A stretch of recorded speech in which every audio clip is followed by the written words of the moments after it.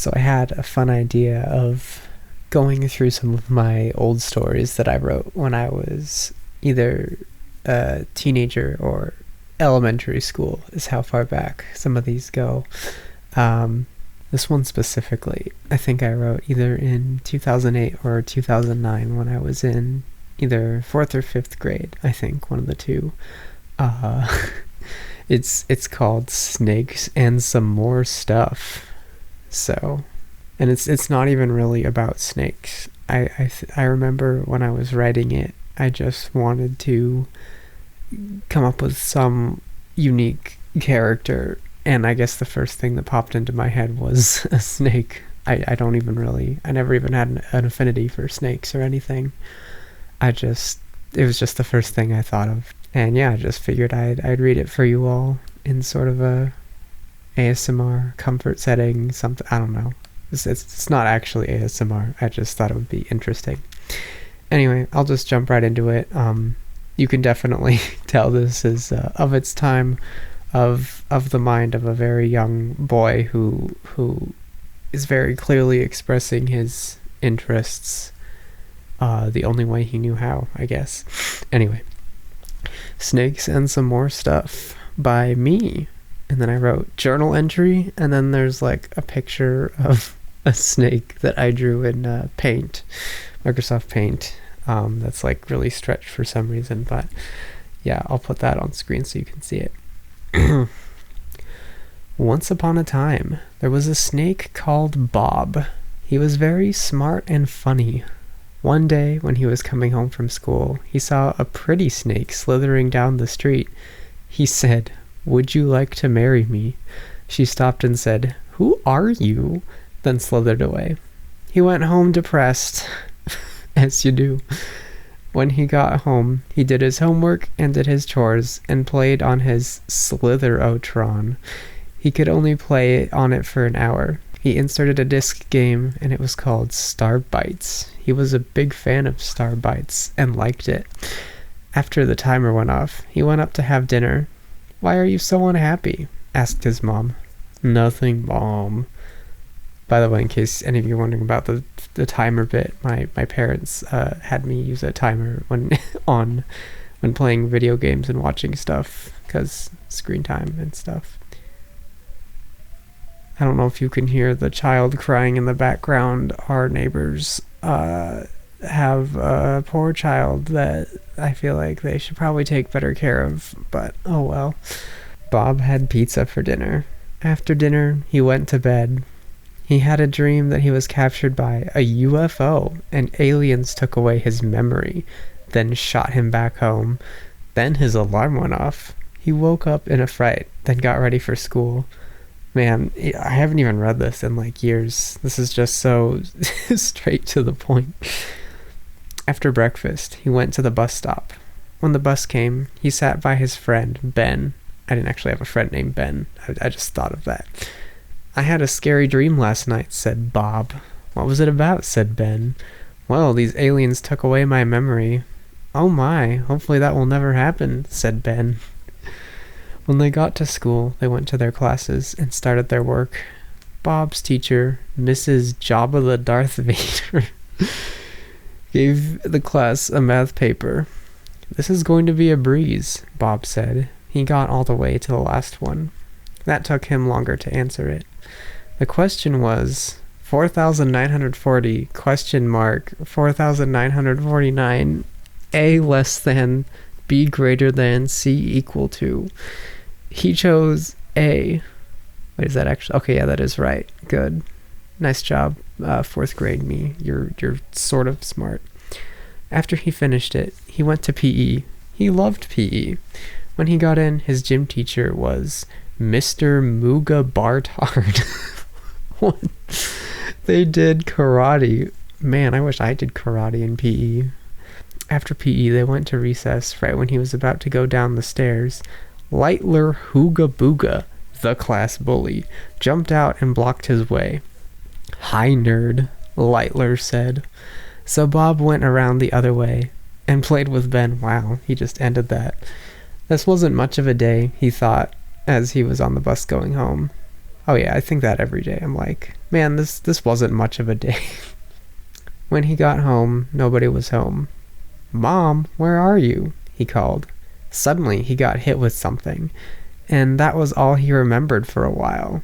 When he came to his senses, he saw a fish through a hole. He looked around. Suddenly, a person popped out of nowhere. Hi, I am the penguin, he said in a freaky voice. Oh, wait.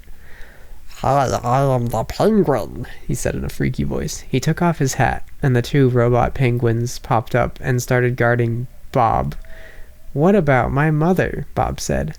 She's in a separate room, the penguin said, and walked away. By the way, the penguin, I don't think I outright said it, but it's the penguin from Batman. Yeah, the penguin walked away. Now that's weird. Me being captured and ending up in a weird submarine, Bob thought. He tried to get away, but the penguin guards would not let him. Finally, after an hour, the penguin came. Come with me, he said. The penguin guards still followed. Suddenly, the submarine began to rise. Bob came out through a door in the submarine. It was very cold. It felt like he was in winter. Wait, they're above water, right? I would hope so. They started walking, but then suddenly one of the penguin guards stopped guarding Bob and was walking right toward a wall. Hey, you come back here. Oh wait, hey, you come back here, the penguin shouted, but it was too late.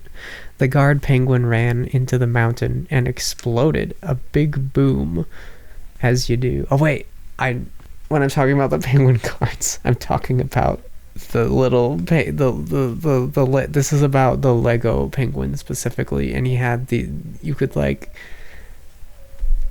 drop these Lego penguins that like walked in and exploded. I don't know why child me thought that was so fascinating, but I wrote it into this story.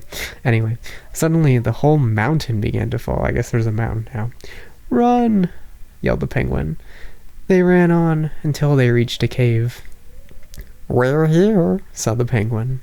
Inside was a satellite. The penguin went to it. He climbed on it.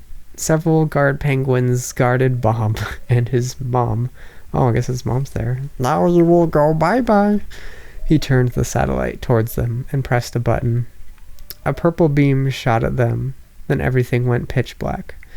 Something nudged his arm. He opened his eyes. There, standing right in front of him, was a man wearing red and had a mustache. Hi, I'm Mario. What? He looked around him. He was lying on a bed with a woman standing next to him, along with Mario. Then he noticed that there were these floating things around Mario that looked like pixies. You don't look to be in a very good shape, said Mario. Do you know where my mother is? Said Bob. No, said Mario. So, where am I? Bob said. Well, you're in a flip side, Mario said. And this is flip side from Super Paper Mario, which was one of the first Mario games I played, is the variant I was going for here. Well, if I'm not a snake, let's get going, exclaimed Bob. But you're not a snake, you're a human, said Mario. But I thought I was a snake, said Bob. Well, let me get you to an island. Mario held up a pipe. Now hold on tight, he said as they began spinning. They spun faster, faster, and faster, and then they disappeared. Then all the spinning stopped. Bob saw two doors. Mario opened the first door and said, After you! Bob walked through. Then he came out of the door. He saw very odd trees, with squares as leaves and branches. Mario came out of the door behind him. The door automatically shut behind them and disappeared. Oh wait, no, it's not Mario. Oh, I haven't told you my name, said Bob. My name is Bob. Common name, Mario said. Wow, damn, absolute roast, Mario, jeez. They walked until they saw a small brown thing with really sharp teeth. Ah, Bob said. Don't worry, it's just a Goomba, Mario said. Suddenly, Mario jumped on top of it. It disappeared, and an odd-looking coin fell out, and Mario grabbed it. Gah! What the? Bob saw a brick floating in midair right above them. Don't worry, it's very common around here, Mario said. Oh, let me show you something, but hold on tight. Bob held on tight. Suddenly, he felt a quick jerk and almost let go.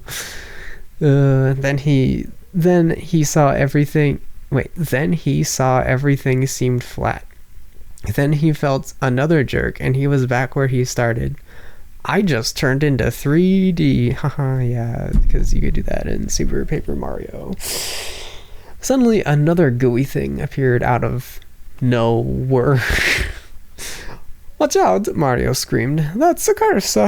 But it was too late. He felt a great jolt of power. He tried walking backwards, but he went forwards instead.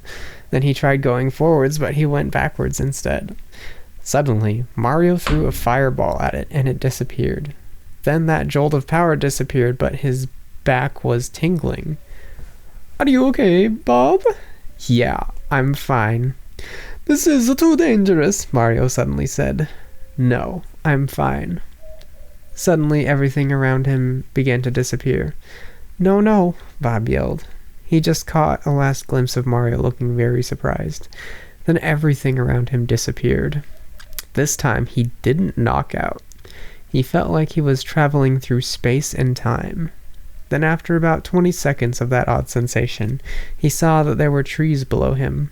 Oh good, he thought. I'm back to, hopefully, a better place without any help. Suddenly he was falling down. Suddenly he hit solid ground with a loud thump. Ow. What the? These words that Bob just said after what the are not appropriate for kids. Don't ask me where he learned them. Nice one, kid me. Too chicken to say the words, huh? Suddenly, a kid that was wearing odd stuff came walking up the path. What's that? Said the kid. Yeah, what is it? Said a cute electrical thing. Let's see. Then the kid pulled out this odd-looking camera. He pressed a button, and the camera thing said, Ekans, the snake Pokemon. Ekans is sneaky, gaining the advantage in a battle by taking its enemies by surprise. Yeah, it's Pokemon. I'm pretty sure I just copied that from this little Pokédex book I had. Wow, said the kid. Let's capture it. Trico, I choose you, the kid yelled. He threw a ball-shaped thing with red on top and white on the bottom. It opened up, and a ball of white light came out, then formed a green gecko. Yeah, it shouted. Trico, use bullet seed. Then Trico shot these yellow bullet things. Bob didn't know what to do. Suddenly, Bob did something that he had never done before. He shot out these darts. The attacks hit each other and made a big explosion. When the smoke cleared, there was Trico standing there with a bruise, but still good. Bob was angry, so he made a move. He didn't know how he did it, so he shot out this acid. Then it hit Trico. Trico yelped back in pain, then fainted. Then the kid got out a ball.